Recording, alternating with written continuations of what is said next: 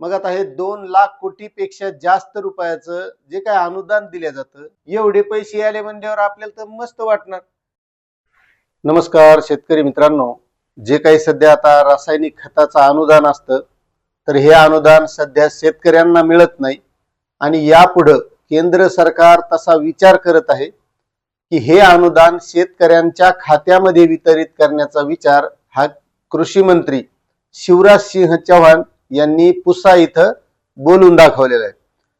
मग आता हे 2 लाख कोटीपेक्षा जास्त रुपयाचं जे काय अनुदान दिलं जातं ते जर शेतकऱ्यांच्या खात्यामध्ये येणार आहे, तर यामुळे नेमका शेतकऱ्यांमध्ये काय फरक पडणार आहे किंवा शेतकऱ्यांचा काय फायदा होणार आहे, यामध्ये सरकारचा काय फायदा होणार आहे आणि हे करण्यामागं नेमकं सरकारचं काय धोरण आहे, या गोष्टी सुद्धा आपल्या शेतकरी बांधवांच्या लक्षात आल्या पाहिजे. की अनुदान येणार म्हणल्यावर आपला काय फायदा होणार आहे त्याच्यात.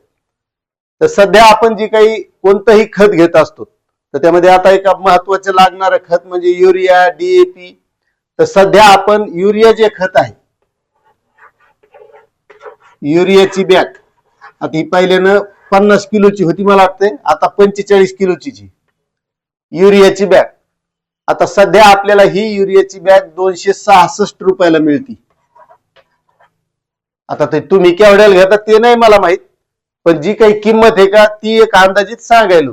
आता इकडे दुकानदाराकडून आपल्याला घेताना किती पैसे द्यावे लागतात हे शेतकऱ्याला चांगलंच माहिती. त्यामुळे आपण सध्या एवढ्याला घेतो. आपण काय करतो, दुकानावर जातो, सरळ बॅग किती घेतल्या, 266 प्रमाणे किती पैसे झाले तितके पैसे दुकानदाराला देतो आणि निघून येतो.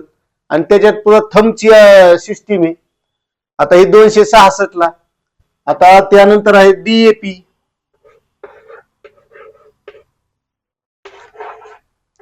आता DAP ची बॅग आपण केवढ्याला घेतो, 1350 रुपयाला. आता ते तुम्ही केवढ्याला घेतात ते वेगळा भाग बरं का. तुम्ही नाही तर तुम्ही म्हणता एवढ्याला नसती बॅग, तर ते एक मी अंदाजित सांगायला ही सरकारी किंमत असू शकते. आता तुम्ही दुकानाहून केवढ्याला घेतात ते तुम्हाला माहित असेल तर ते कमेंट करून सांगा, खरंच तुम्हाला केवढ्याला घ्यावं लागते.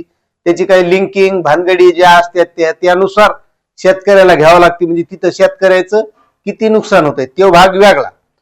आता जे काही अनुदान दिले जाते मित्रांनो, तर यासाठी जे युरिया आहे, युरियाला 1934 रुपये अनुदान दिले जाते जवळपास. समजा 1930 रुपये एक अंदाजित रक्कम सांगायलो मी. हे काय अशा फिक्स रक्कम नाही, एक अंदाजित 1930 रुपये अनुदान हे केंद्र सरकारतर्फे दिले जाते. त्यानंतर DAP ला 1250 रुपये अनुदान दिले जाते. एक अंदाजित सांगायला बरं का, किती 1250 रुपये. मग आता हे युरियाला दिलं जाणार जे अनुदान आहे हे शेतकऱ्यांच्या खात्यात येणार आहे. त्यानंतर 1350 रुपयाला बॅग घेतात. DAP ची 1250 रुपये अनुदान हे शेतकऱ्याच्या खात्यात येणार आहे. म्हणजे आपल्याला हे ऐकून खूप बरं वाटणार आहे, चांगलं वाटणार आहे. कारण एवढे पैसे आले म्हणल्यावर आपल्याला तर मस्त वाटणार. कारण आपण पीक विम्याची वाट पाहणारे माणसं, अनुदानाची वाट पाहणारे, आणि ती पाहावाच लागते. कारण शेतकऱ्याच्या कोणतेच अनुदान हे वेळेवर मिळत नाही. आता तुम्ही गॅसची टाकी घेत असताना त्याच्यानं तिचं पहिल्यानं अनुदान कसं येत होतं, कसं भेटत होतं हे तुम्हाला चांगलंच माहिती. तसं आता ह्या खताचं सुद्धा अनुदान शेतकऱ्यांच्या खात्यावर देण्याचा सरकार विचार करत आहे. आणि केंद्रीय कृषी मंत्री शिवराज सिंह चौहान यांनी तसं बोलून दाखवलंय आणि अधिकाऱ्याला कामाला लागा अशा सूचना सुद्धा दिल्या. म्हणजे यापुढे आपल्याला जे काही अनुदान आहे ते अनुदान शेतकऱ्याच्या खात्यावर मिळू शकतं. आता आपल्याला बरं वाटलं, बरोबर आहे. आता एक लक्षात घ्या, पुन्हा दुसरा मुद्दा, की अनुदान आपल्याला एवढं आलंय म्हणजे आपल्याला हे चांगलं वाटणार आहे. पण आपण जी आज बॅग खरेदी करतो ह्या किमतीमध्ये, बरोबर, दुकानावर गेल्यावर आपण ह्या किमतीमध्ये बॅग खरेदी करतो, त्या दुकानदाराच्या ती अंगठ्याची मशीन चालली काय नाही चालली काय आपल्याला काही देणं घेणं नसतं. आपण बॅग खरेदी करतो, त्याला जे काही बॅगा घेतल्या त्याचे पैसे देतो आणि आपण आपले निघून जातो. त्याची ती थंब मशीन चलन नाही चलन त्याच्यावर काही आपल्याला देणं घेणं नाही. आता दुकानदार बी त्या थंब मशीन मुळे बरेचसे बेजार आहेत. कोणी दुकानदार असले तर सांगा कसं काय असतं त्या थंब मशीनचं. तर हे झाला विषय. मग आता हे अनुदान शेतकऱ्यांना मिळणार. बरं, हे आता लोक अनुदान कुठे जात होतं, मग हे शेतकऱ्याला जर आता देणार आहेत तर मग हे अनुदान कुठं जात होतं. आता हे काही शेतकऱ्याला माहित असेल बरं का की कुठं जातंय, पण काही शेतकऱ्याला माहित नसेल आणि ते आपल्याला भेटायला म्हणजे बरं वाटणार आहे, बरोबर. तर हे अनुदान जात होतं त्या खताच्या कंपन्याला, हे अनुदान त्या कंपन्यांना जात होतं आणि तेच आता शेतकऱ्याला डीबीटीच्या माध्यमातून डायरेक्ट शेतकऱ्याच्या खात्यामध्ये हे पैसे येणार आहेत. किती मस्त आहे. पण पुढे ऐका जरा, मग लक्षात येईल तुमच्या. आता हे जे मिळणार आहे तर एक लक्षात घ्या, या दोन्हीची किंमत लावा. किती होती ती झाली 2196 रुपये, बरोबर. कशाची? युरियाची. युरियाची झाली, आता ही लावा 1350 आणि 1250, ही झाली 2600 रुपये. कशाची? डीएपीची.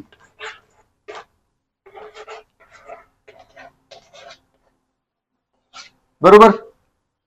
युरिया 266 ला घेतो एवढा अनुदान मिळतंय.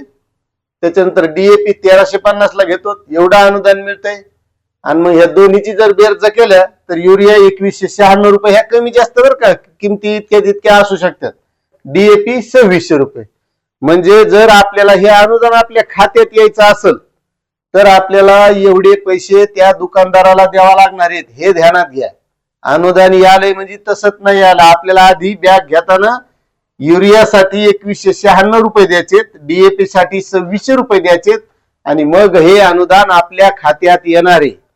आता ते अनुदान यालंय म्हणून बरं वाटलं, पण आपल्याला ज्या वेळेस पैसे गुंतवायचे आणि पेरणीच्या टायमाला शेतकऱ्याजवळ पैशाची किती चणचण असती ही त्या शेतकऱ्याला चांगल्या प्रकारे माहिती.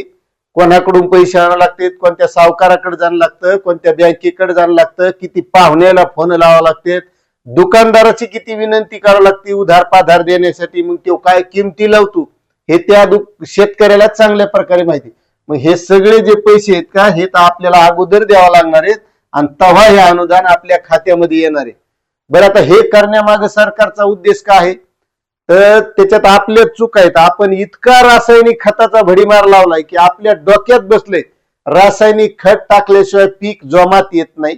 मग ते सोयाबीन असो, कापूस असो, ऊस असो, केळी असो, कोणतंही पीक असो, हरभरा असो, आपल्याला रासायनिक खताचा जास्त वापर वाढलेला आहे. आणि सरकारचं धोरण असं आहे की यापुढे नैसर्गिक शेती करायची आणि नैसर्गिक शेतीच्या माध्यमातून रासायनिक खताचा वापर कमी करायचा आहे. त्याचं कारण काय माहितीये का? रासायनिक खतामुळे जमिनीचा पोत बिघडायलाय आणि आपण जे रासायनिक खालोत का याच्यामुळे बिमाऱ्या वाढायल्यात. आज कॅन्सरचं प्रमाण बघा लय प्रमाणात वाढलेले. काही बी बिमाऱ्या तुम्हाला माहिती आहेत किती वाढल्यात, भयानक बिमाऱ्या वाढायल्यात. आणि त्याचं कारण हे आपण जे खातो ते रासायनिक खताचे सगळे पदार्थ खालोत आणि त्या रासायनिक खताचा वापर कमी व्हावा, त्यामुळे हे सरकारचं धोरण आहे असं मला वाटत आहे. आता जर एवढे पैसे द्यायची, हे एवढे, म्हणजे शेतकरी त्यावेळेस चणचणीत असणार, तो कमी प्रमाणात वापरणार. आणि सरकारचं धोरण आहे सध्या नैसर्गिक शेती, कारण नैसर्गिक शेतीशिवाय पर्याय नाही. आजकाल पहा तुम्ही मोठ्या शहरानं चांगले चांगले लोक हे नैसर्गिक पदार्थ जर पिकवलेले असले तेच खालेत. आपण जे ते जसं आहे तसं खालोत, पण बरेच लोक या गोष्टीचा वापर करलेत आणि त्याच्यामुळं हे आता सरकारनं यापुढे राबवलेले आणि हे असं अनुदान शेतकऱ्याच्या खात्यामध्ये येणार आहे. आता तुम्हाला याबद्दल काय वाटतंय हे कमेंट करा. चॅनलवर नवीन असाल तर सबस्क्राईब करा. धन्यवाद.